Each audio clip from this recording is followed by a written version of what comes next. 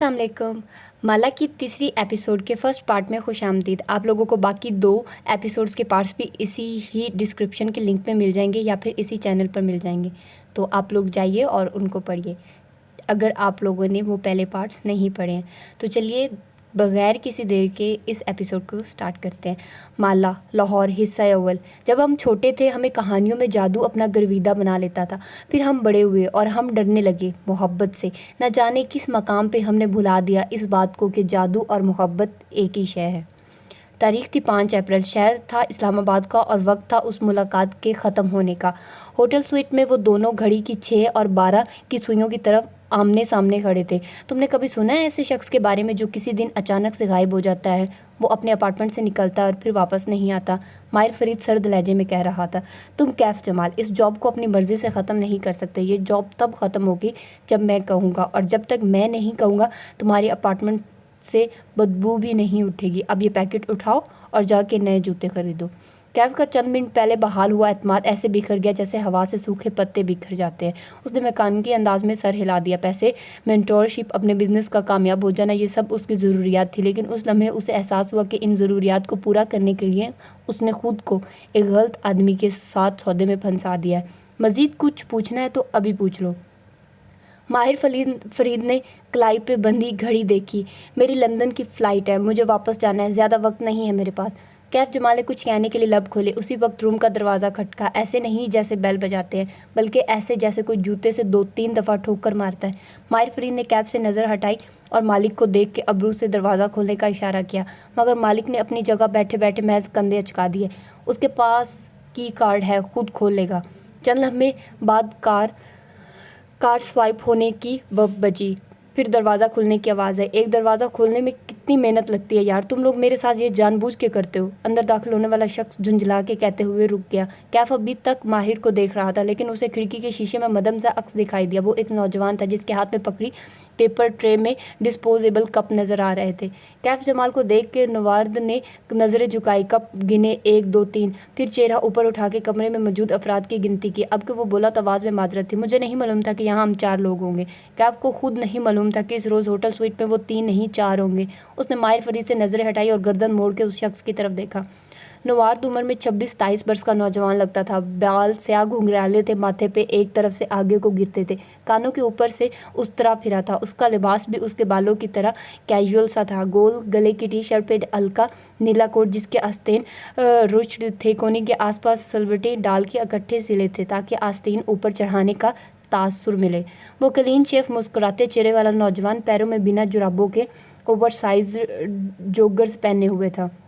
اس نے ٹرے میز پہ رکھی، اپنا کپ اٹھایا اور اسٹرا ہونٹوں میں ڈالتا ایک سنگل صوفے پہ جا بیٹھا، ٹانگ پہ ٹانگ جمائی اور جوگر والا پیر جھلاتے ہوئے دلچسپی سے کیف کو دیکھا۔ کوئی مجھے بتائے گا یہ کون ہے؟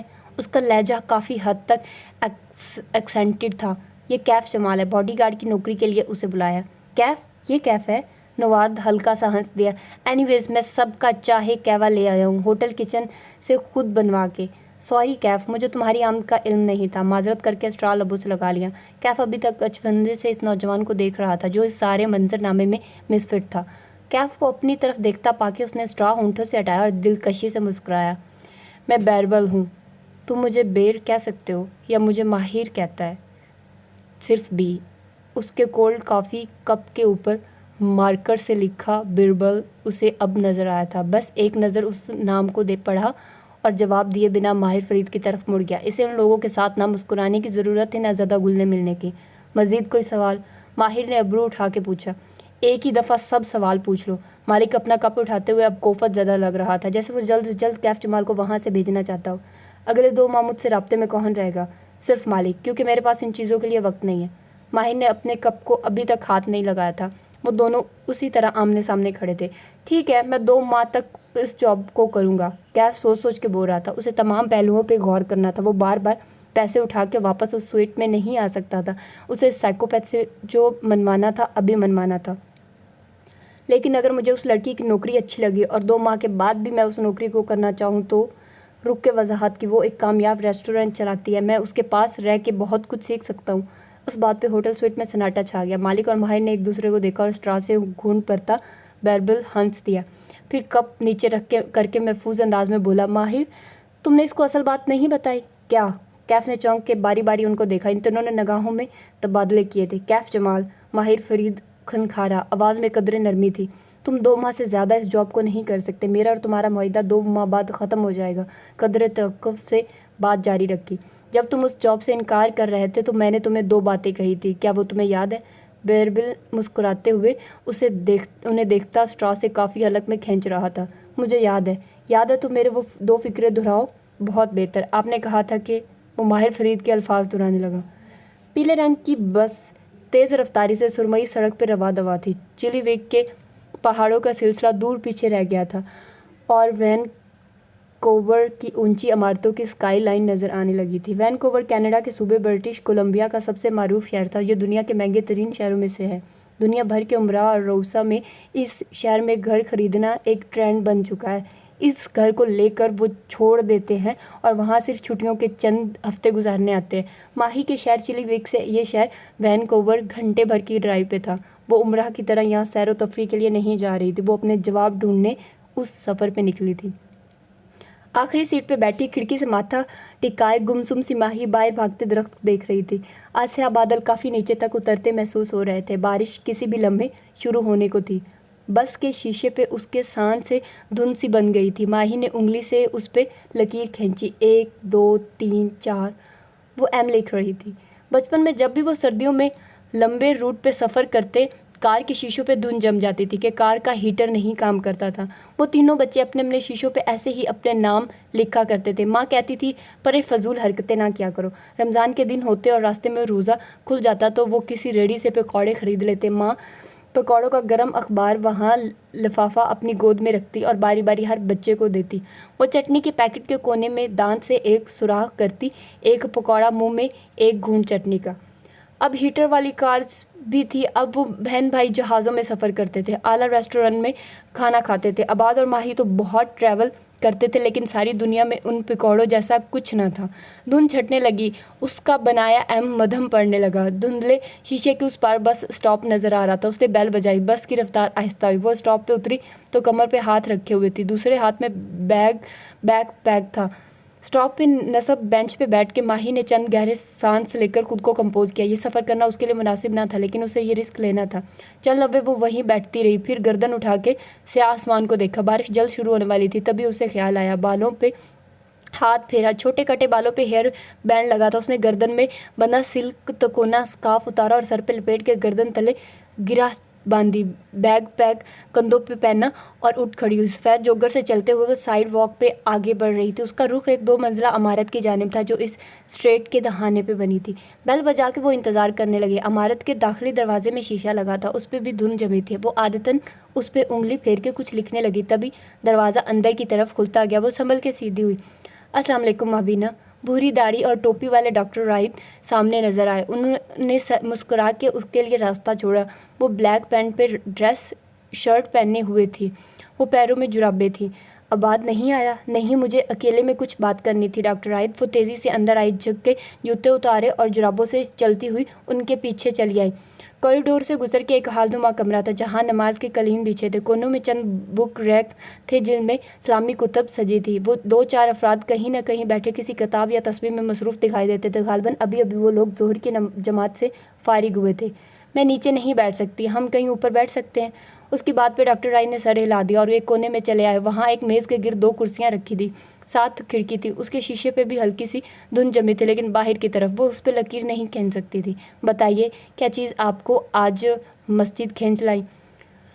وہ دونوں آمنے سامنے بیٹھ گئے تو ماہی نے بیگ پیک سے اسکیچ بک نکالی مگر اسے کھولا نہیں۔ اس نے ڈاکٹر راہید کو دیکھتے ہوئے بے بسی سے پوچھا، ایک بچہ ہے، میں اس کا گلا دبا کے اسے مارنا چاہتی ہوں۔ 2 دفعہ کوشش کی ہے لیکن وہ نہیں مرتا۔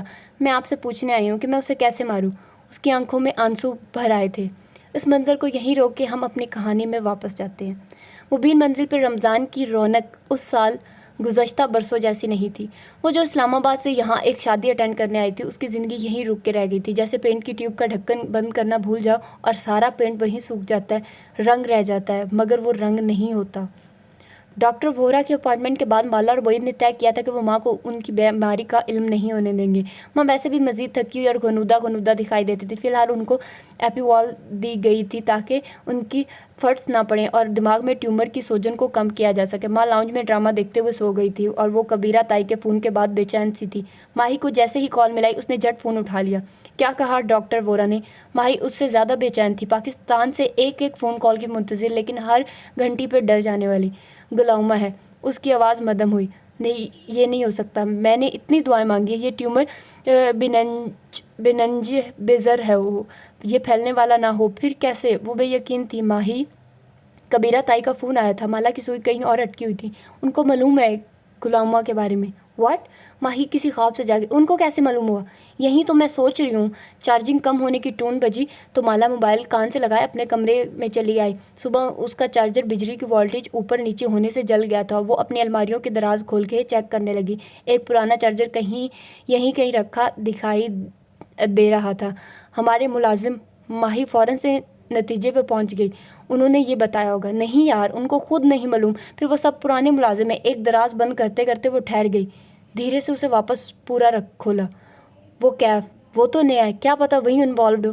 اس کو تو میں نے خود ہائر کیا ماہی، وہ کیسے انوالوڈ ہو سکتا ہے؟ اچھا میری چارجنگ ختم ہونے والی ہے۔ اس نے فون رکھ دیا اور وہیں زمین پہ بیٹھ گئی، دراز پورا کھول لیا۔ وہاں ایک مخفل کا بیگ رکھا تھا۔ کشمالہ کی سبز آنکھوں میں مسکراہٹ اتر آئی، جیسے ایک پرانے دوست سے ملاقات ہوئی ہو، وہ جس سے عرصے سے ناراضگی چل رہی ہو۔ اس نے بیگ نکالا، دھڑکتے دل سے کھولا۔ اندر ترتیب سے 8 خانے بنے تھے، ہر خانے میں مختلف سائز کے پینٹ برش رکھے تھے۔ اس نے انگلیوں کے پوروں سے برشز کے کھڑے بالوں کو چھوا، وہ مضبوط مگر نرم تھے۔ بزنس، اکاؤنٹس، سیلز، کسٹمرز، ان سب میں گم ہو کے اسے یہ بھول ہی گیا تھا۔ اس روز اسٹوڈیو کی صفائی کرتے وقت بہت سا سامان نکلا تھا جسے اس نے ایک کیبن میں بنا کچھ محسوس کیے ڈلوا دیا تھا، کیونکہ ان میں موجود اس کے فیوریٹ برشز اب تک خراب ہو چکے تھے۔ لیکن یہ والے برش، یہ اس نے بہت چاہ سے لیے تھے مگر کبھی استعمال نہیں کیے۔ شاید وہ برش بھی اس سے ناراض تھے اور شاید وہ کبھی انہیں استعمال نہیں کر سکے گی۔ ماں کا ٹیومر پھر سے یاد آ گیا۔ اس نے دراز بند کر دیا۔ مالا نے ماہی کو کہہ دیا کہ کیف ملوث نہیں ہو سکتا، لیکن ماہی کی تسلی نہیں ہوئی تھی۔ وہ بیڈ پہ لیٹے لیٹے چھت کو دیکھتی کچھ سوچے گئی۔ کبیرہ تائی کو کیسے معلوم ہے؟ یہ چھوٹی بات نہیں تھی۔ کوئی ہے ان کے گھر میں جو جاسوسی کر رہا ہے، یا پھر وہ بچہ؟ اس نے سر جھٹکا اور موبائل اسکرین روشن کی، پھر سلیم کو کال ملائی۔ کینیڈا آنے سے قبل اس نے سلیم کی منتوں پہ اپنا پرانا اینڈرائڈ فون اس سے دے دیا تھا۔ سلیم ٹچ موبائل پہ خوش ہو گیا تھا۔ مالا اسلام آباد ہوتی تھی تو ماہی سلیم کو واٹس ایپ کال کر کے بخت بے سے بات کرتی تھی اور گھر کی دیکھ بھال کی ہدایت دیتی رہتی تھی۔ گھر میں کون آیا کون گیا، ماہی کو برٹش کولمبیا میں بیٹھ کے بھی ساری خبریں مل جاتی تھی۔ سنو سلیم، گھر سے باہر نکل کے مجھ سے بات کر سکتے ہو؟ رازداری سے پوچھا۔ باجی وائی فائی ختم ہو جائے گا اور ڈیٹا میرے پاس ہے نہیں، وہ معصومیت سے بولا۔ ہاں تو اپنا جیب خرچ موبائل پہ فلمیں بھروانے میں نہ ضائع کیا کرو نا۔ اچھا سنو، آواز آہستہ کی، یہ کیف کیسا آدمی ہے؟ مجھے اس کے بارے میں سب کچھ بتاؤ۔ تمہاری بات پسند آئی تو کیا پتہ میں تمہیں نیا فون بھجوا دوں۔ اور شرٹیں بھی؟ شرٹ نہیں ہوتا، شرٹ ہوتا ہے کمبخت، وہ دانت کچکچا کے بولی۔ سوری باجی، وہ ہر دفعہ ڈھائی سے دانت نکال کے سوری کہہ دیا کرتا تھا، سیکھتا نہیں تھا۔ اچھا یہ کیف وارداتیہ ہے پورا؟ اس کے بٹوے میں بڑے نوٹ ہوتے ہیں جی، اور یہ اپنے کمپیوٹر پہ کسی لڑکی سے باتیں کرتا ہے کئی گھنٹے۔ کہتا کیا ہے؟ میں نے اس کی کھڑکی سے دیکھا تھا، آواز نہیں آتی، بس لڑکی کی شکل دکھائی دی تھی۔ یہ لمبے بال تھے اس کے، اور سلیم کو تھوڑی سی شرم آئی، اور جی اس نے بغیر آستینوں والی شرٹ پہنی ہوئی تھی۔ شرٹ ماروں گی میں تمہارے سر پہ، شرٹ ہوتا ہے، آگے بولو۔ بڑی کوئی امیر سی لڑکی لگتی تھی، ٹی وی والیوں جیسی، اور ہاں ہر روز ٹھیک 5 گھنٹے کے لیے وہ غائب ہو جاتا ہے۔ مالا باجی اسے چھٹی دے دیتی، دوپہر میں فکس ٹائم پہ جاتا ہے، فکس ٹائم پہ آتا ہے۔ مجھے لگتا ہے دوسری کوئی نوکری کرتا ہے۔ کوئی کام کی بات بتاؤ۔ اور کچھ نہیں کرتا، نکما ہے جی، سارا دن بچوں کی طرح اپنے ڈرائنگ کی کتاب میں لکیریں چلاتا رہتا ہے، کبھی موٹر سائیکل بناتا ہے، کبھی کچھ۔ اس کے پاس لمبی لمبی پنسلیں ہیں، پنسلیں نہیں پنسلز ہوتا ہے، نقل کر کے میٹرک کیا تھا کیا؟ بد مزہ ہو کے کال بند کی۔ کیف اسے بے زر لگا تھا، کام سے کام رکھنے والا۔ پھر اس نے موبائل پہ ڈاکٹر رائٹ کی چیٹ نکالی، ابھی تک ان کا جواب نہیں آیا تھا۔ وہ آباد کے استاد تھے، آباد کا عمری میں پڑھائی کے لیے کینیڈا آیا تھا۔ اس کی فیملی پہلے لاہور اور پھر امریکہ میں سیٹل ہو گئی تھی۔ عماد کو کینیڈا پسند تھا اور وہ اس عمر میں یہاں آیا تھا جس میں لڑکے بہت آسانی سے بھٹک جاتے ہیں، لیکن یہاں اس کی ملاقات ڈاکٹر رائٹ سے ہوئی۔ وہ انہیں اپنا شیخ کہتا تھا۔ عماد نے ان سے دین اور عربی زبان سیکھی، ساتھ ساتھ پڑھائی جاری رکھی۔ میکاٹرونکس اور میں انجینئرنگ کر کے وہ پاکستان واپس چلا گیا۔ چند سال اس نے وہاں کام کیا اور پھر کینیڈا میں ایک دوست کے توسط سے اسے اچھی جاب مل گئی۔ وہ یہاں واپس آیا تو جلد ہی اس کا تبادلہ برٹش کولمبیا کینیڈا کے ایک صوبے میں ہو گیا۔ عباد نے کئی سال انٹرویو ایک دوسرے صوبے کے شہر ٹورنٹو میں گزارے تھے۔ یہ دونوں صوبے ایک دوسرے سے بہت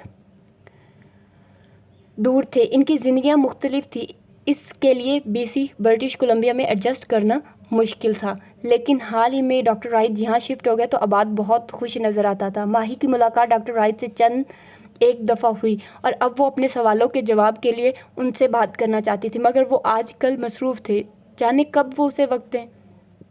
آباد کمرے میں آیا تو وہ بیڈ پہ لیٹی سوچ میں غرق تھی۔ میں سوچ رہی ہوں ڈاکٹر رائٹ کے پاس جاؤں اور ان سے پوچھوں کیا؟ وہ الماری میں کچھ ڈھونڈ رہا تھا۔ اس بچے کے بارے میں۔ ماہی یار، خدا کے لیے اس بچے کا پیچھا چھوڑ دو۔ وہ جیسے بد مزہ ہوا، ایک شرٹ نکالی اور اسے الٹ پلٹ کے دیکھنے لگا۔ ویسے بھی بڑی بوڑھیاں کہا کرتی تھی کہ اس حالت میں خوبصورت بچے دیکھنے چاہیے تاکہ آنے والا بچہ خوبصورت ہو۔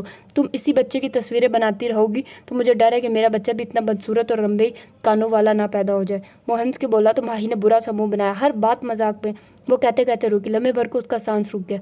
میں نے اس کے کان تو کبھی نہیں بنائے، تمہیں کیسے معلوم اس کے کان لمبے تھے؟ دوسری شرٹ نکالتے نکالتے آباد ساکت ہو گیا۔ پھر اس نے آہستہ سے الماری بند کی اور جب بولا تو ماہی کو نہیں دیکھ رہا تھا۔ تم نے ہی بتایا ہوگا، مجھے کیسے معلوم ہونا ہے؟ اور دروازے کی طرف بڑھ گیا۔ تم نے بھی اسے دیکھا ہے نا؟ وہ بے یقینی سے بڑبڑائی، لیکن آباد جا چکا تھا۔ وہ شخصیت سی وہیں بیٹھی رہ گئی۔ مسجد کے باہر بارش شروع ہو چکی تھی۔ کالے بادل ہلکی ہلکی بوندا باندی برسا رہے تھے۔ قطرے کھڑکی کے شیشے سے ٹکرا کے نیچے پھسلتے جا رہے تھے۔ گلے شیشے کی دوسری طرف میز کے گرد بیٹھے دو وجود دکھائی دے رہے تھے۔ ماہی دونوں ہاتھ میز پہ پڑی اسکیچ بک پہ رکھے ہوئے تھے۔ وہ بار بار اضطراب سے مٹھیاں بند کرتی اور کھولتی تھی۔ سامنے بیٹھے ڈاکٹر راہید اس کی بات پہ مسکرائے تھے۔ اللہ کے گھر میں بیٹھ کے گلا دبانے کی بات۔ مابینا، انہوں نے مسکرا کے سر دائیں بائیں ہلایا۔ کیا پئیں گی آپ؟ روزہ نہیں ہوگا آپ کا غالباً؟ کافی۔ اس نے کافی کی ٹائپ نہیں بتائی، اس وقت وہ کچھ بھی لے سکتی تھی۔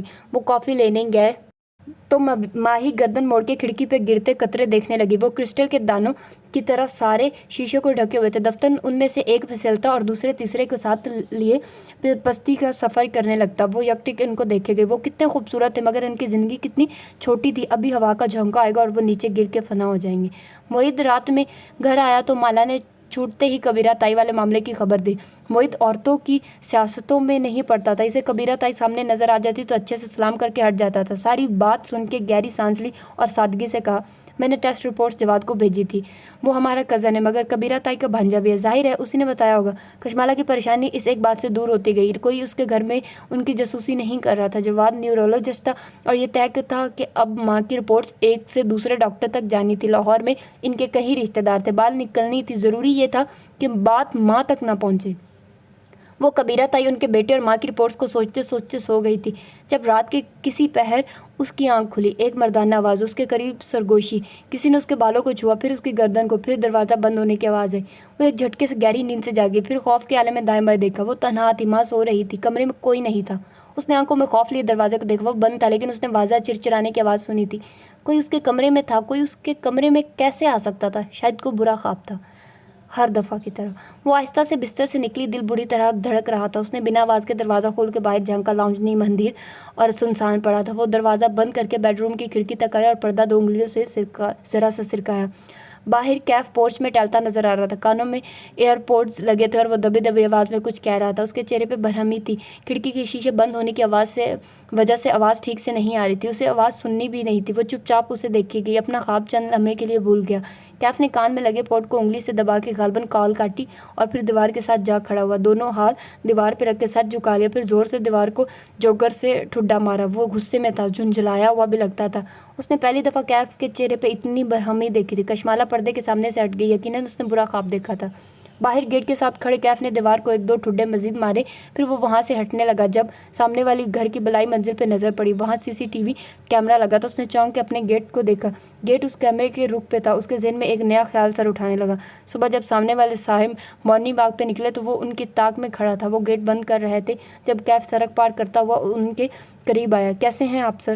حشاش بشاش سے کیف نے مسکرا کے سلام جڑا۔ وہ مڑے اور اسے دیکھ کے مسکرائے۔ میں فٹ ہوں، تم کیسے ہو؟ برخوردار سر سے پیر تک اسے دیکھا۔ جینز اور ٹی شرٹ میں ملبوس، چھوٹی چھوٹی بڑی شیو والے اس نوجوان کو چند دن سے حورِ جہاں بیگم کے گھر کے اندر باہر جاتے دیکھ رہا تھا۔ میں آنٹی کے دور کا بھانجا ہوں، لاہور میں جاب لگ گئی ہے، اسی لیے ان کے پاس رہ رہا ہوں۔ وہ دونوں ان کے گیٹ کے سامنے کھڑے تھے۔ کل میں نے آپ کو اپنے مالک کو ڈانٹتے ہوئے سنا، بہت افسوس ہوا کہ اس کی وجہ سے۔ ایک نظر گھر کے باہر لگے پودوں پہ ڈالی، آپ کے سارے پودے جھلس گئے۔ ادھیر عمر صاحب نے زیر لب مالی کی شان میں کئی الفاظ کہہ دیے۔ ویسے ہمارا مالی بہت قابل ہے، آنٹی نے دیکھ بھال کے لیے رکھا، 2 دن آتا ہے لیکن کام اچھا کرتا ہے، آپ کو اس کا نمبر دیتا ہوں۔ موبائل نکالتے ہوئے وہ خلوص سے کہہ رہا تھا۔ بات سے بات نکلتی گئی، چند منٹ وہ وہیں بیچ سڑک کے کھڑا ان سے گفتگو کرتا رہا، پھر تھوڑی پہ بڑی شیو کو 2 انگلیوں سے کھجاتے ہوئے تذبذب سے بولا، کچھ دن پہلے میرا لیپ ٹاپ چوری ہو گیا تھا، آنٹی بیمار ہے اس لیے کسی کو بتایا نہیں، صفائی والی ملازمہ پہ شک ہے مجھے، آپ اگر مجھے اپنے CCTV کی فوٹیج دیکھنے دیں تو؟ ہاں کیوں نہیں، مجھے تاریخ اور وقت بتا دو، میں واک سے فارغ ہو کے فوٹیج ای میل کر دیتا ہوں۔ وہ اس کے کندھے کو تھپتھپا کے آگے بڑھ گیا، اس سے مل کے وہ خوش ہوئے تھے۔ لاہور میں اپر مڈل کلاس والدین قابل اور ہینڈسم نوجوانوں سے مل کے ہمیشہ خوش ہوتے تھے۔ ان والدین میں سے اکثر اپنی بیٹیوں کو صاف صاف کہہ دیتے تھے کہ وہ یونیورسٹی جا کے اپنا میچ خود تلاش کریں۔ لاہور کی یونیورسٹیز میں پڑھنے والی لڑکیوں کی ایک بڑی تعداد اسی مقصد پہ فوکس کرتی تھی۔ جیسے جیسے فائنل ایئر قریب آنے لگتا، ان لڑکیوں کی بے قراری اور ڈیسپریشن بڑھتی جاتی۔ گھر میں والدین اٹھتے بیٹھتے یہی بتاتے کہ زندگی کا مقصد اچھا بر تلاش کرنا، سوشل میڈیا پہ سیکھا تاکہ زندگی میں سب سے اہم اور بڑا دن شادی کا ہوتا ہے، اسی کے لیے خوبصورت بننا اور وزن کم کرنا۔ ٹی وی ڈرامے اور بالی ووڈ کی فلمیں بھی یہ تعلیم دیتی کہ شوہر ٹرافی ہسبینڈ ہونا چاہیے، خوش شکل اور پیسے والا۔ لاہور کی لڑکیوں کی اکثریت انہی تعلیمات کے ساتھ بڑی ہوتی ہے۔ زندگی میں بہت آگے جا کے کچھ کو معلوم ہوتا ہے کہ یہ تعلیمات غلط تھی اور کچھ کو کبھی معلوم نہیں ہو پاتا۔ ایسے میں حورِ جہاں جیسی مائیں اب بہت کم رہ گئی تھی جو اپنی بیٹیوں کے رشتے کے لیے خود سے دوڑ دھوپ نہیں کرتی تھی، وہ یہ معاملے اللہ پہ چھوڑ دیتی تھی۔ وہ بیٹیوں کی تربیت پہ فوکس کرتی تھی۔ انہیں بھلے کشمالہ اور ماہی کے پروفیشن پہ اعتراض تھا، مگر انہوں نے ہمیشہ یہ سکھایا کہ امیر مرد کی تلاش میں لگو، نہ اس کے انتظار میں بیٹھی رہو۔ یہ زندگی کا مقصد نہیں ہے، زندگی اس سے کہیں بلند ہے۔ ماں کو کشمالہ کی شادی کی فکر ہوتی تھی، لیکن وہ اس بات کو سر پہ سوار کر کے بار بار نہیں دہراتی تھی۔ کشمالہ کو شادی سے مسئلہ نہ تھا، وہ شادی کر لیتی اگر اسے کوئی اپنا برابر کا میچ ملتا۔ زیاد سلطان سے پہلے اسے کوئی اپنے قابل نہیں لگا تھا۔ ماں فجر کے بعد بہت مشکل سے سوئی تھی، اب اٹھی تو ان کا احساس تھا کہ غسل بھی کریں گی، کیونکہ انہیں روز غسل کی عادت تھی۔ وہیل چیئر کے ساتھ ان کو باتھ روم لے کر جانا اور بات دلوانا ایک مشکل مرحلہ تھا، مگر وقت بھی اور اسے روز اس چیلنج کی عادت پڑ گئی تھی۔ ماں باتھ روم سے وضو کیے بغیر نہیں نکلتی تھی، یہ ایک ایسی عادت تھی جو اس بیماری اور نسیان میں بھی ان کو نہیں بھولی تھی۔ نماز کا وقت ہے یا نہیں، ماں باتھ روم سے نکلنے سے پہلے تازہ وضو کرتی تھی۔ وہ کہتی تھی کہ نماز مشکل نہیں ہوتی، وضو مشکل ہوتا ہے، وضو کر رکھا ہو تو جس وقت انسان اذان سے سنے آسانی سے نماز پڑھ لے گا۔ وہ اب ماں کے سامنے روزے کا ذکر نہیں کر رہے تھے، ماں خود بھی رمضان کو بھولے ہوئے تھی، اگر یاد آ جاتا تو روزہ رکھنے کی ضد کرتی۔ معید اور کشمالہ ویسے بھی ڈائٹ فوڈ کھاتے تھے، ملازم روزہ نہیں رکھتے تھے، ہر ایک کے پاس اپنا بہانہ تھا۔ کیف البتہ افطار کے وقت گھر نہیں ہوتا تھا، سو اسے نہیں معلوم تھا کہ وہ کیا کھاتا ہے کیا نہیں۔ اس کی جاب میں ہر روز چند گھنٹے کا آف شامل تھا، وہ ظہر سے مغرب تک غائب رہتا تھا اور مغرب کے بعد آ جاتا۔ کشمالہ کو اس نے بتایا تھا کہ وہ ایک کو ورکنگ اسپیس میں 5,000 ماہانہ رینٹ پہ ڈیسک لے کر اپنے بزنس پلان پہ کام کرتا ہے، اس نے مزید نہیں کڑیدا۔ شراگ کے بعد اس نے بدک ماں کو سلایا، اب گھر میں سکون اور سناٹا تھا، اور وہ گھر کا جائزہ لینے باہر آئی تو دیکھا کیف کلین کچن میں سامنے سٹول پہ بیٹھا تھا، کونیاں کاؤنٹر پہ رکھے وہ موبائل پہ سر جھکائے ہوئے ہے۔ ماں کو مرد ملازموں کا کلین کچن میں بیٹھنا سخت ناپسند تھا، لیکن کیف کا اگر موڈ ہوتا اور ماں سامنے نہ ہوتی تو وہ بڑی ڈھٹائی سے وہیں بیٹھ جاتا تھا۔ کچھ نڈر سا تھا اس نوجوان میں، وہ ہلکا سا کنکھاری۔ گڈ مارننگ باس، کیف نے سر اٹھائے بغیر کہا۔ سنجیدگی سے وہ فون پہ کچھ دیکھ رہا تھا۔ تمہاری جاب رات کے گارڈ کی ہے، فون کالز کی نہیں، ڈیوٹی آورز میں فون کال سے پرہیز کیا کرو، خفگی سے کہہ کے وہ آگے آئی اور اپنا بیگ اٹھایا، پھر یاد آیا اس کا روزہ ہے۔ اوہ واٹ ایور، وہ ہنوز موبائل پہ جھکا تھا، کشمالہ کے سر پہ لگی تلووں پہ بچھی۔ دوبارہ کہو، وہ اڑیوں پہ گھومی اور برہمی سے اسے دیکھے۔ مجھے CCTV فوٹیج مل گئی ہے۔ کیف نے نظریں اٹھا کے اسے دیکھا، اس روز کی جب گھر پہ خون آیا تھا۔ خالی مگ لیے کھڑی لڑکی اپنی جگہ بالکل ٹھہر گئی۔ گھر پہ خون آیا تھا؟ جی، اسی لیے میں نے کیمرے لگوائے تھے، آپ کو بتایا نہیں تاکہ آپ پریشان نہ ہو۔ کندھے جھکا کے واپس فون کو دیکھنے لگا۔ سامنے والوں کا CCTV بہت اونچا لگا ہوا تھا، پہلے اس پہ نظر نہیں پڑی، آج دیکھا تو ان سے فوٹیج مانگ لی۔ اس نے مگ زور سے کاؤنٹر پہ رکھا اور تیزی سے اس کے قریب آئی، آنکھوں میں غصہ تھا۔ کیف، مجھے سخت ناپسند ہے کہ کوئی میری پیٹھ پیچھے کچھ کرے، یہ باتیں تم مجھ سے نہیں چھپا سکتے۔ کیف نے دھیرے سے سر اٹھایا۔ آپ نے کہا تھا کہ کشمالہ بی بی کہ آپ نے مجھے سب بتا دیا، کچھ بھی نہیں چھپایا۔ وہ سٹول سے اٹھ کھڑا ہوا، اب وہ دونوں آمنے سامنے کھڑے تھے اور درمیان میں کچن آئی لینڈ تھا۔ وہ اسے غصے سے دیکھ رہی تھی اور وہ کیف کی نظریں تفتیشی تھی، غور سے اس کے اندر تک جھانکتی ہوئی۔ یہ ہے وہ جس نے گھر کے باہر خون گرایا تھا۔ اس نے موبائل اسکرین کشمالہ کی طرف پھیری۔ کاؤنٹر پہ کے پار کھڑی لڑکی نے غصے اور الجھن کے ملے جلے تاثرات کے ساتھ اسکرین کو دیکھا۔ اسکرین پہ اس کے گھر کا گیٹ دکھائی دے رہا تھا۔ فوٹیج اچھی کوالٹی کی تھی۔ ڈرائیو وے پہ گرا خون صاف نظر آتا تھا۔ کشمالہ کی نظروں نے فوٹیج میں کسی انسان کو تلاش کرنا چاہا، مگر یہاں تو کوئی نہیں ہے، غور سے دیکھیے۔ کیف نے موبائل اس کے سامنے رکھ دیا اور جیب میں ہاتھ ڈالا۔ اس نے دوبارہ اسکرین کو دیکھا۔ گیٹ کے اوپر ایک بڑا سا پرندہ بیٹھا تھا۔ یہ تو پرندہ ہے، کیا یہ زخمی تھا؟ غصے کی جگہ نے لے لی۔ کیف نے جیب سے رکھی تسبیح کو انگلیوں سے محسوس کیا اور ایک دانہ گرایا۔ اعوذ باللہ من الشیطان الرجیم، وہ بنا آواز کے بڑبڑایا۔ کافی؟ وہ ایک بھاپ اڑاتا کپ لیے میز تک واپس آئے تو ماہی نے چونک کے رخ پھیرا، پھر شکریہ کہتے ہوئے جلدی سے دونوں ہاتھوں میں کپ تھام لیا۔ اسے موسم گرما کے باوجود سردی لگ رہی تھی، بس کچھ گرم اپنے انڈر اڈیلنا تھا۔ تیزی سے کپ کو لبوں سے لگایا، گرم آیا، اس کی زبان جلا گیا۔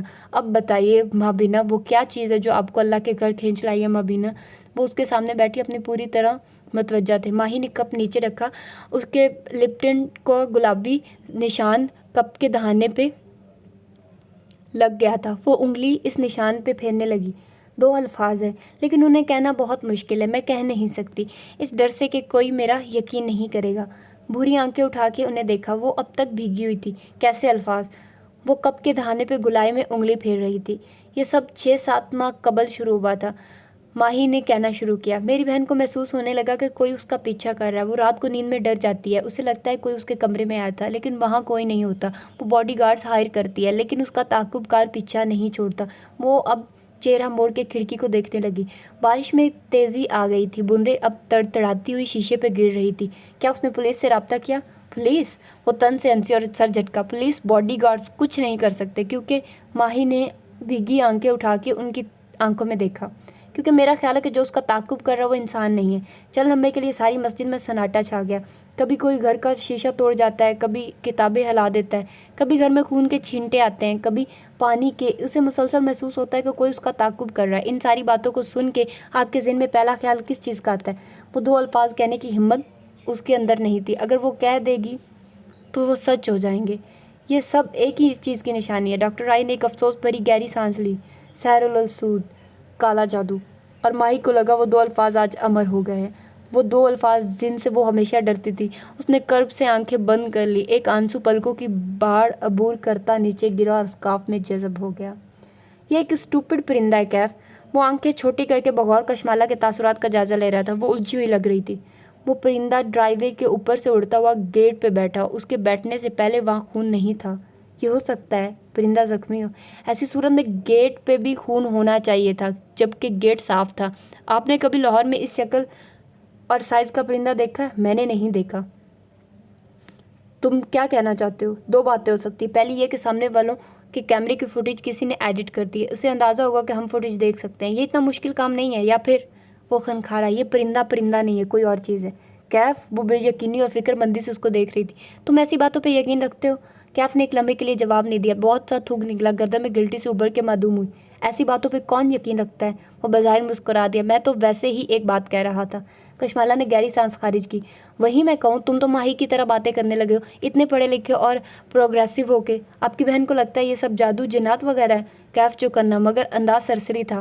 وہ کچن سنک سے ٹیک لگا کے کھڑی ہو گئی، بازو سینے پہ لپیٹ لیا۔ اب منی پلانٹ کے بیلوں سے ڈھکی کھڑکی اس کی پشت پہ تھی، اس کے ڈھیلے جوڑے سے چند لٹے پر سوچ چہرے کے اطراف میں گر رہی تھی۔ میرے گارڈز اسی وجہ سے جاب چھوڑ جاتے ہیں، ان کو لگتا ہے یہ سب جنات وغیرہ ہے، حالانکہ مجھے یقین ہے یہ کوئی انسان ہے۔ وہ سادہ انداز میں کہہ رہی تھی، نہ کوئی ڈر نہ خوف۔ میں ان وہموں میں نہیں پڑتی۔ ہاں میں مانتی ہوں جنات ہوتے ہیں، میں نے قرآن پڑھ رکھا ہے، جادو بھی ہوتا ہے، لیکن جنات کی الگ دنیا، وہ ہماری دنیا میں ایسے انٹرفیئر نہیں کرتے۔ مجھے بہت برے لگتے ہیں وہ لوگ جو ہر پریشانی کو جادو یا نظر کا نام دے دیتے ہیں۔ کچھ مصیبتیں انسان لاتے ہیں، کچھ قسمت سے آتی ہیں۔ میرا تعاقب کار انسان ہی ہے۔ اس دن لفٹ میں جس نے مجھ پہ حملہ کیا وہ انسان تھا۔ ماہر فرید کا لائٹر کوئی جادوئی چیز نہیں تھا۔ جی آپ درست کہہ رہی ہیں، بہرحال اب کیمرے لگ چکے ہیں، دوبارہ ایسی حرکت ہوئی تو ہم اس کو پکڑ لیں گے۔ اس کا انداز عام سا تھا۔ کشمالہ ٹیک چھوڑ کے سیدھی ہوئی اور آنکھوں میں شدید برہمی لیے کیف کو دیکھا۔ تمہیں معلوم ہے کچھ دن سے ظہیر مجھے کال کر رہا، اسے کسی اور کام میں میری مدد چاہیے، لیکن میں اس کی کال نہیں اٹھا رہی، نہ اٹھاؤں گی، کیونکہ میرا اعتبار کسی شخص سے ایک دفعہ اٹھ جائے تو دوبارہ نہیں بنتا۔ آئندہ مجھ سے چھپا کے تم کچھ نہیں کرو گے، ورنہ وہ تمہاری جاب کا آخری دن ہوگا۔ کچھ فیصلے آپ کا سیکیورٹی گارڈ ہونے کے ناطے میں لے سکتا ہوں۔ اس کی تقریر کے جواب میں وہ اطمینان سے بولا جیسے اسے فرق ہی نہ پڑا ہو۔ فیصلے لو مگر مجھے بتا کے لو، کلیئر؟ وہ تلخی سے کہہ کے آگے بڑھنے لگ جب اس نے پیچھے سے پکارا، آپ کی بہن کو کس پہ شک ہے؟ کشمالہ کچن کی چوکھٹ پہ ٹھہر گئی اور مڑ کے ناسمجھی سے اسے دیکھا۔ ہاں یہ سب پتھر کے زمانے کی باتیں میں مانتا ہوں، لیکن آپ کے ارد گرد کوئی تو ایسا شخص ہوگا جو ان جادو وغیرہ کے کاموں کے لیے مشہور ہوگا۔ ہر خاندان میں ایک شخص ایسا ہوتا ہے ایک شخص ہے اس شہر کی ایک معروف انٹرپرینیور اور ڈیزائنر جو خود کو ایک آرٹسٹ کہتی ہے۔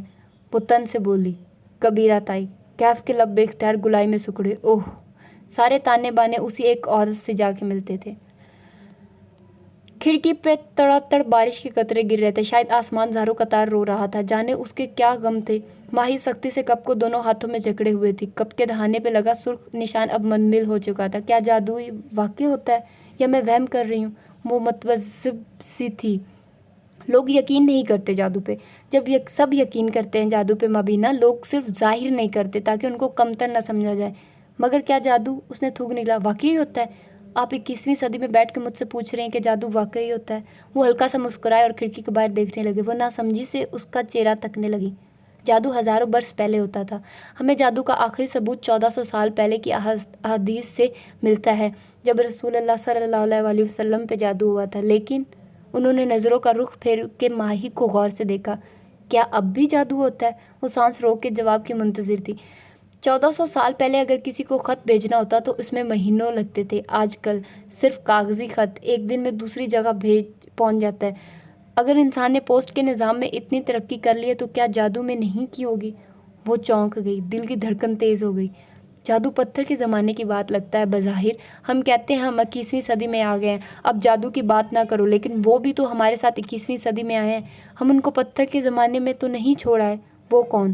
شیاطین اور جنات، وہ جن کے ذریعے جادو کیا جاتا ہے، وہ بھی ہمارے ساتھ ترقی کر رہے ہیں۔ وہ کچھ دیر کچھ بول نہیں سکی، پھر سر جھکا کے کن پٹی مسلنے لگی، تکان سے آنکھیں بند کر لی۔ آپ مجھ سے پوچھ رہی ہیں کہ جادو ہوتا ہے یا نہیں، جبکہ آپ کو یہ پوچھنا چاہیے مبینہ کہ جادو کا ریٹ کیا چل رہا ہے۔ اس نے کرنٹ کھا کے سر اٹھایا، آنکھیں بے یقینی سے پھیلی۔ ریٹ؟ جادو کے ریٹ ہوتے ہیں؟ وہ افسوس سے مسکرائے۔ آج کل کچھ مفت میں ملتا ہے کیا؟ پھر انہوں نے اس کا ٹھنڈا مگ اٹھا لیا اور ہال کی جانب دیکھا۔ وہاں اب صرف اکا دکا نوجوان رہ گئے تھے۔ ڈاکٹر راہید نے ایک نوجوان کو اشارہ کیا۔ طلاق کروانے کا ریٹ، کسی کو ان بورن بیبی مارنے کا ریٹ، کسی کو بانجھ کرنے کا ریٹ، کسی کا رشتہ نہ ہونے دینا، خاندانوں میں لڑائیاں کروانا، لوگوں کو اپنے تابع کرنا، ان سب کا الگ الگ ریٹ چل رہا ہے۔ جادو ہر دوسرے گھر میں کیا جا رہا ہے مبینہ، جگہ جگہ جادوگروں نے اپنی دکان لگا رکھی ہے۔ نوجوان قریب آئے تو ڈاکٹر راہید اس کو مگ لے جانے اور تازہ کافی لانے کی ہدایت کرنے لگے۔ ماہی نے کھڑکی کے باہر دیکھا، بارش مسلسل ہو رہی تھی۔ بھیگی سڑک پہ ایک گوری رنگت والا کپل ایک چھتری تلے ہنستا ہوا بھاگتا جا رہا تھا۔ اس کی نگاہیں بس اسٹاپ کے بینچ تک گئی، وہاں بیٹھی لڑکی اپنے فون سے اپنی سیلفی کھینچ رہی تھی۔ اٹس فنی، وہ تلخی سے مسکرائی جیسے خود پہ ہنسی ہو۔ ہم کینیڈا میں بیٹھ کے جادو اور جنات کی بات کر رہے ہیں۔ اچھا، آپ ان لوگوں میں سے ہیں جو سمجھتے ہیں کہ جادو صرف انڈیا، پاکستان اور بنگلہ دیش میں ہوتا ہے؟ انٹرسٹنگ، انہوں نے مسکرا کے بات وہیں سے جوڑی۔ حالانکہ جادو ہر ملک میں ہو رہا ہے، انگلینڈ، امریکہ، کینیڈا اور سارے یورپ میں اتنا جادو پھیلا ہے کہ آپ تصور بھی نہیں کر سکتی۔ جادو صرف ایشیائی کمیونٹی نہیں کرواتی، گورے بھی جادو کرتے اور کرواتے ہیں، بلکہ یورپین پارلیمانی ممبرز جادو کرنے اور کروانے میں مشہور ہیں۔ گوروں نے ہر چیز میں مسلمان سے زیادہ ترقی کر لی ہے۔ ان کی مشینیں، ان کا لائف سٹائل، ان کی مصنوعات، سب مسلمان ملکوں سے بہتر ہے۔ آپ کو کیا لگتا ہے انہوں نے جادو میں ترقی نہیں کی ہوگی؟ وہ بس حق تک ان کو دیکھ رہی تھی۔ جادوگر ہر گلی محلے میں بیٹھے ہیں، گورے، یہودی، عیسائی، ہندو، یہ لوگ جادو کو جادو کے نام پہ کر رہے ہیں، کھلم کھلا۔ لیکن مسلمان جادو کو دم اور تعویذ کے نام پہ کر رہے ہیں۔ 90% جادو دراصل دم درود کے نام پہ کیا جاتا ہے۔ عورت مولوی کے پاس جاتی ہے اور کہتی ہے، میری بہو بہت بولتی ہے، کچھ ایسا کریں کہ وہ میرے سامنے زبان نہ نکالے۔ جانتی ہے پھر کیا ہوتا ہے؟ کیا؟ مولوی اپنے جن سے کہتا ہے، اس کی بہو کو کچھ ایسا کرو کہ وہ بولا نہ کرے۔ جن ایک حادثہ کرواتا ہے اور وہ بہو گونگی ہو جاتی ہے یا وہ کوما میں چلی جاتی ہے، اور اس کا سب سے افسوسناک پہلو یہ ہے کہ ساس کو خود نہیں معلوم ہوتا کہ بہو پہ جادو اس نے کروایا ہے۔ ماہی نے بے اختیار گردن پہ ہاتھ رکھا، ان باتوں سے اس کا دم گھٹ رہا تھا۔ یعنی یہ عامل بابا وغیرہ واقعی جادو میں ماہر ہوتے ہیں؟ وہ بڑبڑائی۔ ہمارے یہاں فلموں اور ڈراموں میں دکھایا جاتا ہے کہ اکثر عامل فراڈ ہوتے ہیں اور پیسے لے کر ڈھکوسلا کر رہے ہوتے ہیں، جبکہ حقیقت اس سے مختلف ہے۔ جادو یا جادو کی کاٹ کرنے والے لوگوں کی اکثریت فراڈ نہیں ہوتی، وہ واقعی اس علم کو جانتے ہوتے ہیں، کوئی کم اور کوئی زیادہ۔ کیا ہم کھڑکی کھول سکتے ہیں؟ وہ بے اختیار بولی۔ یہ باتیں اس کے لیے بہت زیادہ تھی، اسے کچھ دیر خاموشی سے ان باتوں کو جذب کرنا تھا۔ کیف سے اس گفتگو کے بعد وہ کمرے میں آئی اور ماں کے ساتھ لیٹ گئی۔ اس کو آج کل بہت نیند آ رہی تھی، غالباً روزے کا اثر تھا، جانے وہ کتنی دیر سوتی رہی۔ سورج سوا نیزے پہ چمکنے لگا جب گیٹ پہ رونے دھونے کی آوازیں سنائی دینے لگی۔ وہ ہڑبڑا کے اٹھی اور کھڑکی تک آئی، بغیر پورچ کا منظر دیکھ کے اس کے ہاتھ کے طوطے اڑ گئے۔ کل موئی نے نیورولوجسٹ کزن جواد کو سختی سے تاکید کر دی تھی کہ وہ ماں کی بیماری کے بارے میں کسی کو نہ بتائے، مگر بھلا ہو WhatsApp group family group کا 4 مردان اور پشاور تک ماں کی بیماری کی خبر پھیل چکی تھی۔ ان کے زیادہ تر رشتہ دار کے پی کے اور اسلام آباد میں رہتے تھے۔ لاہور میں بہت تھوڑے رشتہ دار تھے جو ان کی دادی کی سائڈ کے تھے۔ دادا پٹھان تھے، دادی پنجابی تھے۔ کبیرہ تائی بھی دادی کی طرف سے ان کی رشتہ دار تھی۔ اس صبح اس نے زندگی کا ایک اور رخ دیکھا۔ ماں بیمار ہو جائے تو لوگ کیا کرتے ہیں؟ لوگ گاڑیاں بھر بھر کے آنے لگ گئے۔ یہ کیف کے غائب ہونے کا وقت تھا، اسی لیے وہ ڈیوٹی پہ موجود نہ تھا۔ پورچ میں آتے ہی خواتین رو رو کے کشمالہ کو ملنے لگی۔ ہائے تمہاری ماں اتنی جوان تھی، اس کی عمر ہی کیا تھی؟ اگر ماں ہی ہوتی تو 2-4 منہ توڑ جواب اب تک دے چکی ہوتی کہ میری ماں ابھی مری نہیں ہے، وہ زندہ ہے، ابھی ماتم نہ شروع کریں۔ لیکن وہ کشمالہ تھی۔ اس نے گہری سانس لے کر سب کچھ اندر ضبط کیا اور باری باری سب سے ملی، ان کو ڈرائنگ روم میں بٹھایا اور کچن میں آئی۔ آتے ساتھ ہی بڑی بوڑھیوں نے پانی مانگ کے یہ واضح کر دیا کہ ان کا روزہ نہیں ہے، شوگر لو ہو جاتی ہے، دوا لینی ہوتی ہے، وغیرہ وغیرہ۔ باجی ان کے لیے کیا بناؤں؟ وقت بھی نے پریشانی سے پوچھا۔ شش، کشمالہ نے ہاتھ سے اشارہ کر کے اسے خاموش کروایا۔ کاؤنٹر کے ساتھ کھڑے کھڑے اس نے آنکھیں بند کی۔ اسے اس مسئلے کا حل ڈھونڈنا تھا۔ وہ جو سمجھ رہی تھی کہ ماں کو ان کی بیماری سے لا علم رکھا جا سکتا ہے، وہ غلط تھی۔ ایسی عورت جس کے گھر میں کوئی بڑا مسئلہ نہ چل رہا ہو، وہ خوش خرم نظر آتی ہو، اس کے بچے کامیاب اور پھلتے پھولتے دکھائی دیتے ہوں، وہ لوگوں کے لیے قابل حسد ہوتی ہے۔ جب ایسی عورت بیمار پڑ جائے تو رشتہ داروں کو بہت مزہ آتا ہے۔ ایسے میں بہت کم تھے جو حورِ جہاں بیگم کے لیے افسردہ تھے۔ اکثریت صرف یہ دیکھنا چاہتی تھی کہ ماں کی حالت کیسی ہے، کیا ان کا دماغ پھر گیا ہے، کیا ان کے بال گر گئے ہیں یا گر جائیں گے، اور سب سے اہم سوال جس کو جاننے کا تجسس سب کو تھا، وہ کتنے عرصے کی مہمان ہے۔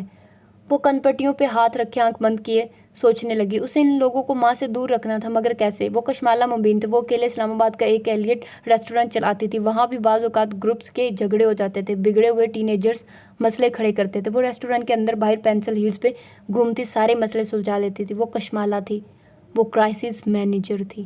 کہوا، سبز کہوا۔ اس نے آنکھیں کھولی اور بکبی کو ہدایت دی۔ سب کہوا اور بسکٹ۔ اب جتنے مہمان آئیں گے تم ان کے لیے یہی لاؤ گی، اور بسکٹ بھی میٹھے نہیں، گندم والے، کیونکہ ان کو تو شوگر ہے نا، اس کے علاوہ کچھ نہیں۔ بکبی نے اس حکم پہ آنکھیں کھول کے اسے دیکھا۔ حورِ جہاں کے گھر مہمانوں کے لیے لوازمات کا ڈھیر لگا دیا جاتا تھا۔ اور مالا کیا کہہ رہی تھی؟ مگر کیوں باجی؟ کیونکہ یہ عیادت کرنے نہیں آئے، یہ میری ماں کی بے بسی کا مزہ لینے آئے ہیں۔ ان رشتہ داروں کو میری ماں نے ساری عمر کھلایا ہی ہے، 4 صدی سے آئی سوغاتیں بوریاں بھر بھر کے ان کو بھجوائی ہیں۔ ان سب کو معلوم ہے کہ ماں کو اپنی بیماری کا علم نہیں ہے، لیکن دیکھنا یہ پھر بھی ماں سے ملنے کی ضد کریں گی۔ ان کو ماں کی تکلیف کی فکر نہیں ہے، انہیں حورِ جہاں کا زوال دیکھنا ہے۔ پھر وہ اپنے کمرے میں آئی، سلیپر اتاری، اپنے لباس کے ساتھ میچنگ نیلی ہیلز نکال کے پہنی، اسٹرپس بند کیے اور سوتی ماں پہ ایک نظر ڈالی۔ وہ کتنی کمزور لگ رہی تھی، ان کا خوبصورت چہرہ ایک طرف سے ٹیڑھا ہو گیا تھا۔ وہ جھکی اور آہستہ سے ماں کی پیشانی چومی۔ وہ اپنی ماں کا زوال کسی کو نہیں دیکھنے دے گی۔ کچن میں جا کے احتیاطاً بکبی کو دوبارہ ہدایت دی، موئت کو مت بتانا کہ میں نے یہ سب کہا ہے، اوکے؟ بھائیوں کو عموماً معلوم نہیں ہوتا کہ رشتہ داروں کے ساتھ کیسے ڈیل کرنا ہے۔ کوئی پھوپھی چاچی ان سے ہنس کے بات کر لے تو وہ سمجھتے ہیں کہ لوگ بہت مخلص ہیں، ان کے آگے سب بول دیتے ہیں۔ موئت سے ساری دنیا کی سرجریز کروا لو، لیکن اسے اتنا معلوم نہیں ہوتا کہ کس کس نے اس پہ اپنی بیٹی کے لیے نظر رکھی ہوئی ہے۔ ماہی جب کسی آنٹی کے ساتھ موئت کو ہنس کے بات کرتے دیکھتی تو سر پکڑ لیتی، اف، یہ کب عقل کرے گا۔ وہ ڈرائنگ روم میں آئی تو سب اس کے منتظر تھے۔ ایک آنٹی اور بھی آ گئی تھی۔ وہ ایک کرسی پہ ٹانگ جما کے بیٹھی اور شائستگی سے ان کے تمام سوالات کے جواب دینے لگی۔ ازا کی شادی پہ تو حورِ آپا کہہ رہی تھی کہ ان کے گھٹنے کا مسئلہ، یہ ٹیومر کہاں سے نکل آیا؟ وہ اپنے رشتہ داروں کو جانتی تھی، وہ صاف نہیں کہہ رہے تھے، لیکن ان کا مطلب یہ تھا کہ یقیناً حورِ جہاں کے بچوں کو عرصے سے ٹیومر کا علم تھا، بس چھپا رہے تھے۔ اب بات خود ہی نکل آئی تو چھپا نہیں سکے۔ بھائی بیٹا ڈاکٹر ہے، ایسا ہو سکتا ہے کہ ماں کو ٹیومر ہو اسے علم نہ ہو؟ بال گر گئے ہیں یا گر جائیں گے؟ باتھ روم کیسے جاتی ہے؟ اگر آپریشن ہوا تو کیا یورین بیگ لگائیں گے؟ ایک عورت کو دوسرے عورت کی بے بسی جاننے کا کتنا تجسس تھا۔ کسی عورت کے بال اور اس کا باتھ روم نہ جا سکنا یہ اس کا وقار ہوتا ہے، یہ اس کا انتہائی پرسنل معاملہ ہوتا ہے، اور یہاں بیٹھی سب خواتین پڑھی لکھی تھی۔ وہ 4سدہ اور مردان سے برسوں سے شفٹ ہو کے ان شہروں میں آ بسی تھی، لیکن اسے یقین تھا کہ 4سدہ میں رہنے والے اس کے رشتہ داروں کے مینرز ان سے بہتر ہوں گے، وہ یوں دل نہیں دکھاتے ہوں گے، وہ مریض کے گھر بلا اجازت بنا بتائے نہیں آتے ہوں گے، اور اگر آ گئے تو گھنٹوں نہیں بیٹھتے ہوں گے۔ میری نند کا بھی برین میں گلاما تھا، اس کی سرجری ہوئی تھی، سر کاٹ کے ٹیومر نکالا تھا۔ کسی خاتون نے رائے دی تو اس کا سانس رک گیا، پھر فوراً سے بولی، پھر ٹیومر تو نکل گیا، لیکن آپریشن کے بعد جب ہوش آیا تو معلوم ہوا کہ سسپینس دینے کے لیے توقف کیا، اس کی آنکھیں ضائع ہو گئی تھی۔ کشمالہ نے کرب سے آنکھیں بند کر لی۔ چچ سرجن تھک گیا ہوگا نا، ٹیومر نکالتے نکالتے اس کی چھری برین کی کسی شریان پہ لگ گئی ہوگی اور تمہاری نند کی آنکھیں چلی گئی۔ اف، اس نے بدقت ضبط کیا۔ کوئی ان رشتہ داروں کو یہ کیوں نہیں سکھاتا کہ مریض کے پاس کہیں بات پہ فرشتے آمین کہتے ہیں، اس لیے اچھی بات منہ سے نکالنی چاہیے۔ اچھا اپنی ماں کو تو لے کر آؤ، ایک آنٹی نے کو تیسری دفعہ کہا۔ وہ سب بار بار دروازے کی طرف دیکھتی تھی، کب حورے جہاں اور کب اس کی حالت کو وہ اپنے ذہنوں میں ریکارڈ کریں اور پھر یہ سارا احوال واٹس ایپ گروپس کے ذریعے پورے پاکستان میں نشر کر سکے۔ ان کا خیال تھا کہ ماں سے بیماری چھپانا بھی ڈرامہ ہے۔ ماں تو نہیں مل سکتی، وہ ٹانگ پہ ٹانگ جمائے بیٹھی نرمی سے کہہ رہی تھی۔ ماں کی سرجری ہونی ہے، ڈاکٹر نے ان کو سختی سے کسی سے بھی ملنے سے منع کیا گیا، انفیکشن ہو سکتا ہے نا۔ اسے اندازہ تھا کہ وہاں بیٹھی کسی خاتون کا میڈیکل نالج اتنا نہیں ہوگا کہ وہ اس کو بہانے کا فوری جواب دے سکے۔ اگلے 3 دن کئی رشتہ دار آئے اور گئے۔ کشمالہ اسی کرسی پہ بیٹھی ان سے ملے گئی، نرمی اور شائستگی سے۔ وہ ماں سے ملاقات سے منع کر دیتی، کہتے کہ پہلے آتے اور جاتے گئے، سوائے چند ایک مخلص لوگوں کے کوئی مہمان اس سے خوش نہیں گیا۔ سب کے منہ بنے ہوئے تھے، روزہ، مہمان، ماں کی بار بار کی دیکھ بھال، وہ تکان سے چور ہو گئی تھی۔ افطار کے بعد کچھ سکون ہوا، اکثر لوگ مل کے جا چکے تھے۔ اس نے ماں کو رشتہ داروں کے واٹس ایپ گروپ سے نکال دیا، کیونکہ وہ لوگ جو مل کے جا رہے تھے اور جن کو وہ برملا بتا چکی تھی کہ ماں کو ان کی بیماری کی خبر نہیں دینی، وہ ملنے سے مایوس ہونے کے بعد افسوس بھرے آڈیو میسیجز ماں کو بھیج رہے تھے۔ آپ کے برین ٹیومر کا سن کے بہت افسوس ہوا۔ کشمالہ کا دماغ گھومنے لگا، وہ کتنی دفعہ بتا چکے وہ ماں کو نہیں بتانا، انہیں سرجری سے پہلے دل کا عارضہ نہ پیش آ جائے، مگر نہیں، لوگوں کو حورے جہاں کو اس کا زوال دکھانا تھا۔ اس نے ماں کا فون آف کر کے دراز میں ڈال دیا، نہ وہ فون دیکھیں گی نہ ان کو معلوم ہوگا۔ ڈاکٹر راہید نے اٹھ کے کھڑکی کھولی تو ٹھنڈی ہوا تیزی سے اندر آئی۔ ماہی گہرے گہرے سانس لیتی ہوئی خود کو نارمل کرنے لگی۔ نوجوان اس کی تازہ کافی اور ساتھ میں پانی کی بوتل لے آیا۔ اس نے تیزی سے ڈھکن گھمایا، کلک کی آواز کے ساتھ ڈھکن کی سیل ٹوٹی، بوتل کا منہ ہونٹوں سے لگایا تو اندر تک ٹھنڈ اترتی گئی۔ ہمیں معلوم کیسے ہوگا کہ ہم پہ جادو کیا جا رہا ہے؟ اب وہ کچھ بہتر محسوس کر رہی تھی۔ آپ بتائیں مبینہ، آپ کو کیسے شک ہوا کہ آپ پہ جادو کیا جا رہا ہے؟ کھڑکی کے پاس رکھی کرسی پہ بیٹھی سلک اسکارف والی لڑکی نے سر جھکا کے آنکھیں بند کر لیں۔ خوابوں سے یہ ہر دوسرے گھر کی کہانی ہے مبینہ۔ گھر کے کسی ایک فرد کو اچانک سے خواب آنے لگتے ہیں جس میں انہیں اشارہ دیا جاتا ہے، مگر لوگوں کے ایسے خوابوں پہ 2 طرح کے رد و عمل ہوتے ہیں، ایک وہ جو جادو کو روکنے کا اہتمام کرتے ہیں اور دوسرے وہ جو اسے وہم سمجھ کے نظر انداز کر دیتے ہیں۔ جادو کو روکنے کا اہتمام مطلب؟ ہم اس بارے میں بعد میں بات کریں گے، پہلے آپ اپنے خوابوں کے بارے میں بتائیں۔ ماہی نے اسکیچ بک ان کے سامنے رکھی اور پھر اس کے صفحے پلٹائے۔